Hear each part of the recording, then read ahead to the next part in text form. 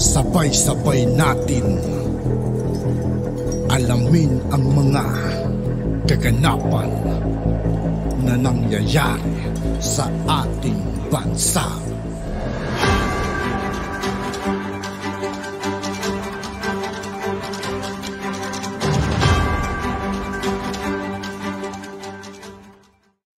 Yo, what's up mga kaibigan? This is I2K po again. Ngayon nandito naman ulit tayo sa channel ni Banat News Update. Dito naman ulit tayo magbibigay ng komento at reaction. Kaya samahan nyo ako guys.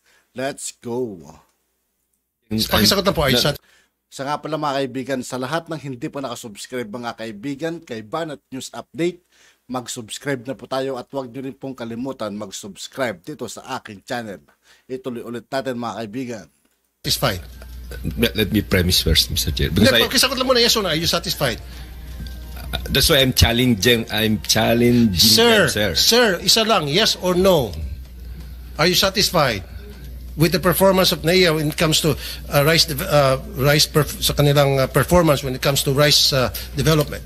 Yes or no lang po. With the support. Satisfied or no?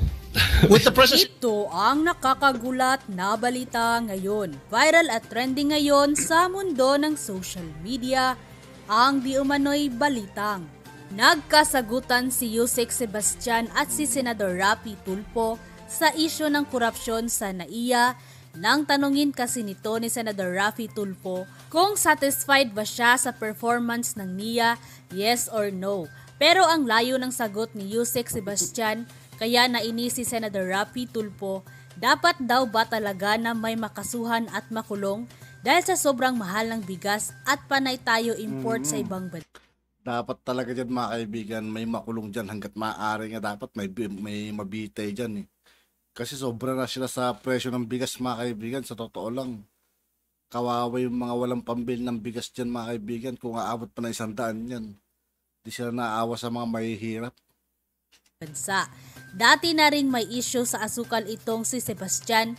Nagbitiw ito noon sa pwesto nang pumutok ang issue ng asukal at nagulat na lang ang mga kababayan natin kung bakit ba ito nakabalik bilang Yusek na naman. Kaya nang lumabas ang balitang ito ay hindi naman mapigilan ng marami sa ating mga kababayan na maglabas ng kani-kanilang hinaing at komento sa mundo ng social media.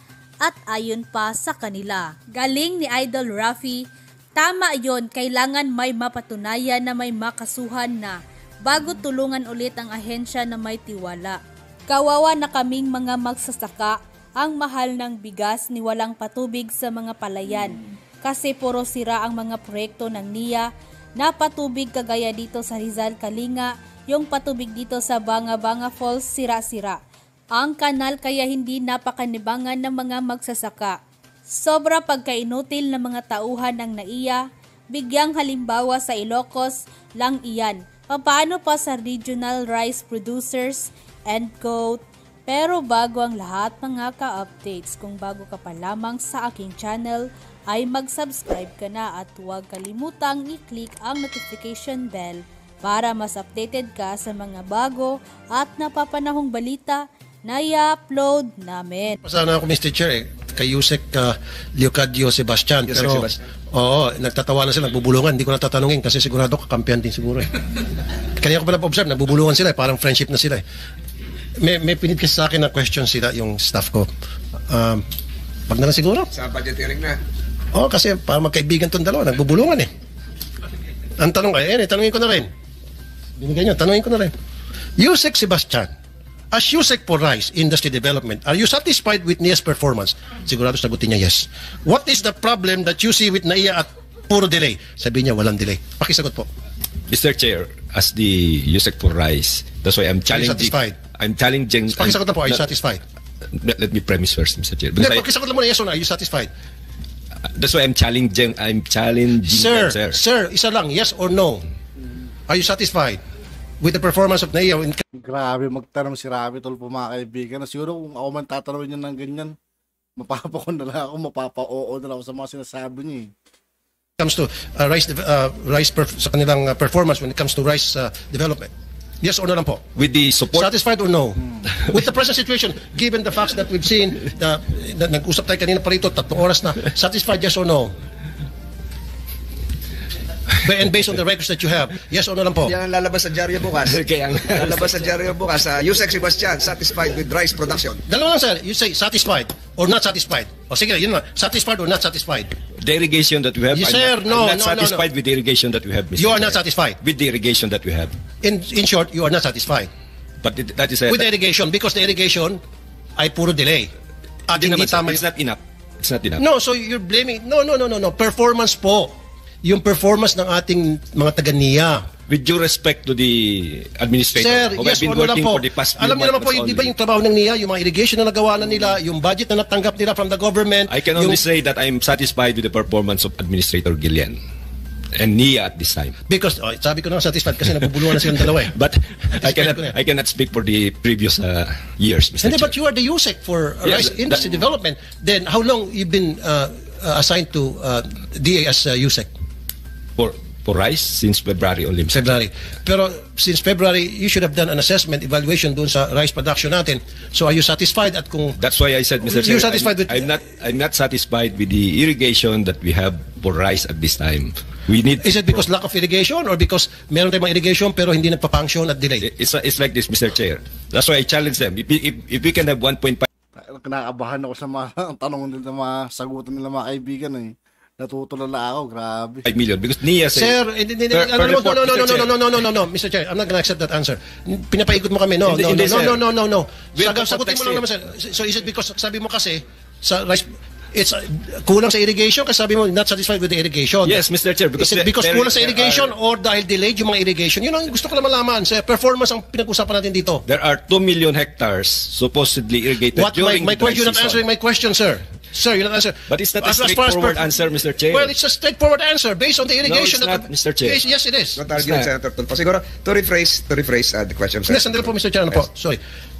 Di ba ikaw yung USEC for rice production? Yes, Mr. Chair. And then dapat accounted mo, ilan ba yung mga irrigation system dyan in place? At ilan ba yung mga palayan na nakikinabang dyan? Yes, At Mr. Chair. ilan ba ang harvest ng mga palayan na nakikinabang dyan nung mga nagawa na ng mga irrigation? But if you At will- ilan yung mga irrigation na hindi nagagamit at nasasayang lang? Yun ang ibig ko sabihin. Yun yung bibigyan mo ng assessment. If you will allow me, Mr. Chair, to explain because this is agriculture, Mr. Chair.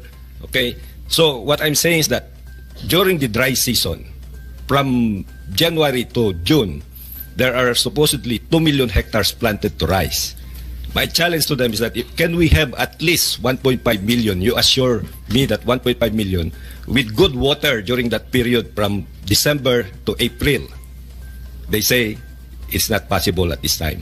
So they can only, the administrator saying 1.3, we can. So that means we do not have enough irrigation for the rice period that we want to satisfy. So that's why I say I'm not yet happy with I'm not satisfied with the irrigation facilities or irrigation capability that we have at this time. So you're not That's the satisfied. premise, Mr. Exactly. Chair. You're not satisfied with the irrigation facility in place. So, yung second question yung sa rice production na base doon sa mga irrigation Yes, Mr. that are Chair. supposed to be in place na budgetan na by the thousands. So, are you satisfied doon sa rice production? Yes. Is that a yes? Nag ka? I've already said, Mr. Chair, that I'm not satisfied. So that means, Mr. Chair, If we can improve it, the best. Because, you know, Mr. Chair, in other countries, like no, Vietnam, okay where I sa work- akin yun. You're not satisfied. Yeah. So, Ms. Engineer Gillian, you have a lot of work to do para ayusin niyo po yung irrigation system natin nang sa gayon maging satisfied si Yusek Sebastian. Thank you, sir. Yes mo? Tama po, sir. Kapag na-satisfy si Yusek Sebastian, satisfy yung mga farmers, satisfy ang ating taong bayan. But, Mr. Chair, But you should not be doing that for Yusek Sebastian. No. You'll be doing that for the taong bayan. Yes, sir. Okay? but sir, if I may, at the rate we're going, with the budget that we have, it will take us maybe 80 to 100 years bago po natin ma-irrigate yung remaining 1.1 million hectares na potentially irrigable po natin. Alam nyo, naku, mag-awin naman tayo nito. Engineer Gillian, sa dinami-dami mga irrigation projects tayo, kung tinapos nyo lang sa tamang oras at ginawa nyo ng tama, naku, baka sapat-sapat na yung mga harvest ng mga bigas natin. Baka hindi na natin, Mr. Che, kailangan pa mag-import. Baka exporter na tayo. Sa libo-libo mga irigasyon, pati mga communal na, kung namomonitor nyo lang, nagagawa nyo para magandang pagkagawa, by the thousands yan na irigasyon, ilang by the millions and millions of tonelada ng bigas siguro na harvest natin, we don't need to import. Kung nagawa lang, tama? Oh, Tama thank po. you. At Thank you. sir, Yun lang gusto ko lang malaman. sabihin, At least tama tayo rito. nagpapasalamat din po ako at least na mayroon itong itong investigation na ito. Blue Kasi Ribbon. Blue Ribbon Committee. Kasi napapadali yung trabaho natin. Kasi alam niyo, pag leader ka, mahirap po magsungit. Pero ngayon po, dahil nandito yung investigation natin, may karapatan po akong magsungit ngayon. At, I like this guy, Mr. Chair. Mukhang ang para tumatama na siya. Pabilis po natin. Alam na niya yung direksyon na patutunguhan niya. Yanan. I think, Mr. Senator Tulfo, concerning your previous suggestion that we invite a third-party engineer Yes, Mr. Chair. to direct the Secretary to invite for the next hearing the Philippine Institute of Civil Engineers Yun. para Nice. to validate and everything. Unless the good senator has other questions. Medyo Tapos na yung presentation nyo, General Bisaya. Meron pa ba? Ano pa yung sa inyo? How many more minutes? Sabi mo, 5 minutes lang. May Yung presentation highlights siya. Ako na muna siguro, Mr. Chair. Sige, pakita ulit. Presentation ka. Ako muna. Baguyos. Pakita ang baguyos. Mr. Chair, mabilis lang to. Guyos. Tuwing nasisira ang mga irigasyon namin, kami lang po ang nagre-repair. Lahat kaming mga magsasaka dito sa amin, nagtutulungan po. Wala namang pumupuntang NIA dito sa amin. Nananawagan po ako sa NIA, Sir, Ma'am, sana matugunan nyo ang aming problema sa aming irigasyon. Kaya silang-sila na po. At yun na nga mga ka-update. At yun nga po mga kaibigan, dito po nagtatapos ang ating reaction video. Muli ako po si Aito Kay ng Sundalo ng Dunggalo at 811. Maraming salamat sa patuloy na pagsuporta. Yeah, peace out.